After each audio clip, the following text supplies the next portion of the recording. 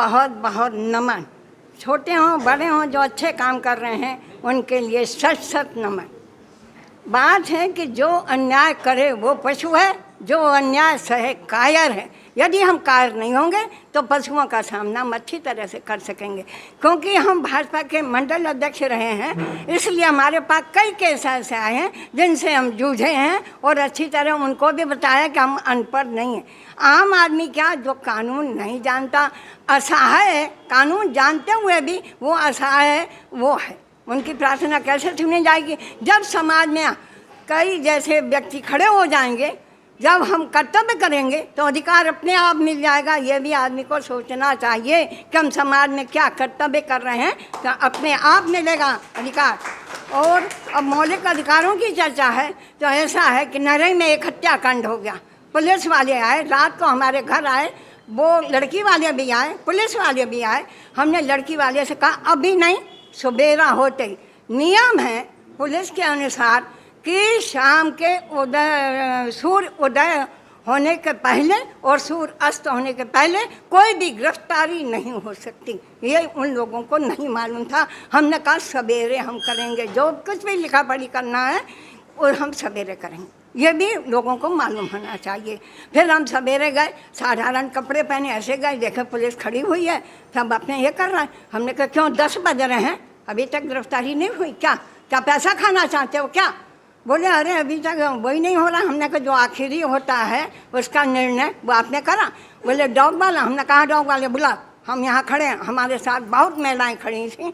हमने कहा बुलाओ। देखा गया तो वो सब सामान भी मिला, हत्यारों को उसने पकड़ लिया, फाड़ लिया।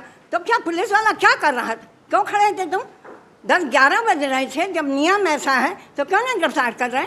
लेकिन लोगों को नहीं मालूम है, जो आम जनता है उसे नहीं मालूम है कि कब गिरफ्तारी होगी और कैसे होगी।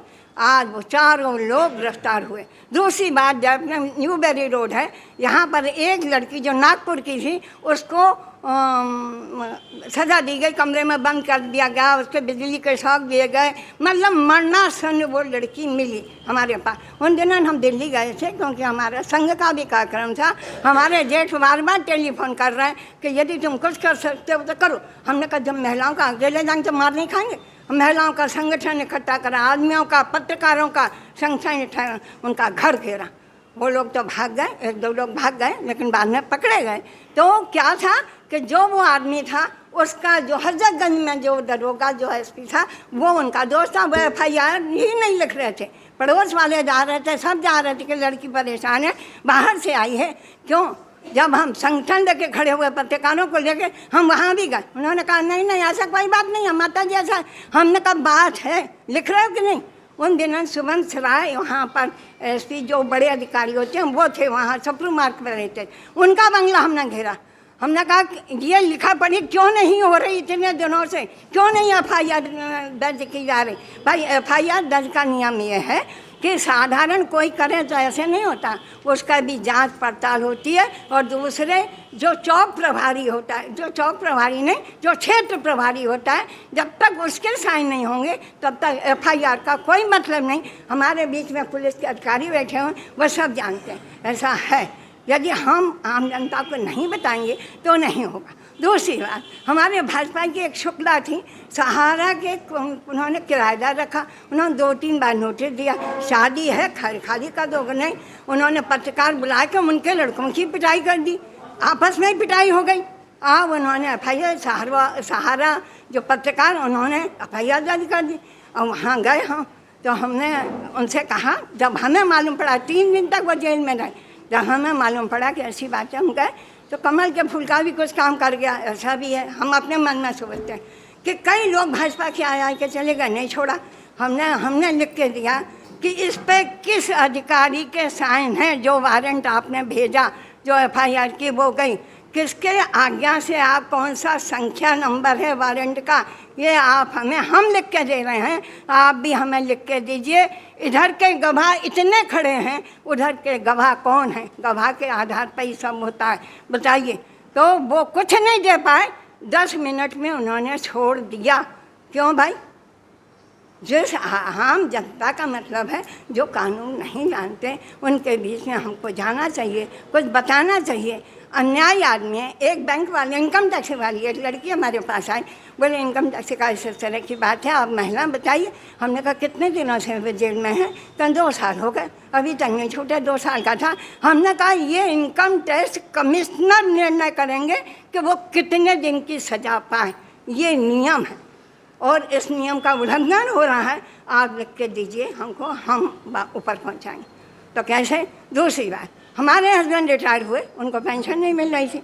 जो संजय मोहन थे उनके पास हमारे पतिदेव बार बार कह रहे हैं, तो बोले फिटनेस ये वो, हमने अपने ही लेटर पैड पे लिख के दिया कि इनकी कहीं लिखा पढ़ी में कमी रह गई है, पेंशन क्यों नहीं मिल रही, कुछ उन्होंने अपराध किया है, आप हमें लिख के तो दीजिए तो हम वो पूरे कागज़ करें। आज दिन तक नहीं दिया उन्होंने। फिर हमारे हस्बैंड अंदर गए तो उनसे कह रहे आपको देख के मैं घृणा हो रही है। हम अंदर, हमने आओ देखा ना ताव ठीक खोल के अंदर, हम कहा हमने ये भी नहीं पूछा अंदर आना। हमने कहा एक बुजुर्ग हैं जो अभी रिटायर हो चुके हैं, उनसे आप कह रहे हैं घृणा हो रही है, किस बात, क्या आप क्या नियम कर रहे हैं, किसके साथ कैसा व्यवहार कर रहे हैं? आपके माँ बाप ने संस्कार नहीं दिया क्या? कम से कम आदमी इज्जत तो करे ऐसे लोगों का। तो कहने लगे अरे माता जी ऐसा मालूम होता कि आप, हमने कमल के फूल का नहीं इंतज़ार करो, आम आदमी का इंतज़ार करो। मान लो आज हमारे भाई ये नहीं होता तो क्या कहा आप करते हैं, इस तरह से करेंगे। आज वो संजय मोहन जेल में है, भ्रष्टाचार के वो था, अब रहा भ्रष्टाचार का। भ्रष्टाचार भारत स्वतंत्र होते ही 13 वोट पटेल के थे और 3 या 4 वोट नेहरू जी के थे। वहीं से भ्रष्टाचार का दैत्य खड़ा है। लूटो खसोटो खाओ, जनता गई भाड़ में। जनता का कौन, जनता वोट देगी, वो भी वोट कैसे मिलेंगे? शराब दे दो, 100-100 के नोट दे दो, क्योंकि हम वहाँ काम कर रहे हैं ना। शराब पिला दो खूब, 100-100 के नोट दे दो और गाड़ियों में ले जाओ वहाँ पर, और वहाँ खड़े होकर कहो इसमें दो। दूसरी बात चलो वो हो गई। अब जब अटल जी एक वोट से गिरे तो जनता यहाँ भेजती है कि भाजपा के इतने गए, सपा के इतने गए, वहाँ भेड़ बकरियों की तरह खरीद नहीं जाते। कौन सा संविधान, कैसा संविधान? सब तो तोड़ मरोड़ दिया अपने स्वार्थ के कारण सब नेताओं ने। कौन से नेता ऐसे हैं जो भ्रष्टाचार नहीं कर रहे हैं? सब कर रहे हैं। वो कैसे ठीक होगा? जब समाज के आप जैसे लोग खड़े होंगे, ऐसे पत्रकार लोग खड़े होंगे, तो हो सकता है समाज में कुछ सुधार आए। आजकल माँ बाप भी अपने बच्चों को शिक्षा नहीं दे रहे। यदि हर लड़का अपनी जेब में अपने माँ बहन अपनी पत्नी की फ़ोटो रख कर चलेगा, सोचेगा कि हम जब किसी के साथ कर रहे हैं तो ऐसा हमारे साथ भी हो सकता है। इतना ध्यान रखना चाहिए। इतनी बात कहकर हम अपने को विराम देते हैं कि कानून मालूम होना चाहिए बहुत से लोगों को जो नहीं मालूम है। समाज में बैठकर बातचीत करें, उन्हें शिक्षा दें, उनका भला करें। नमस्कार।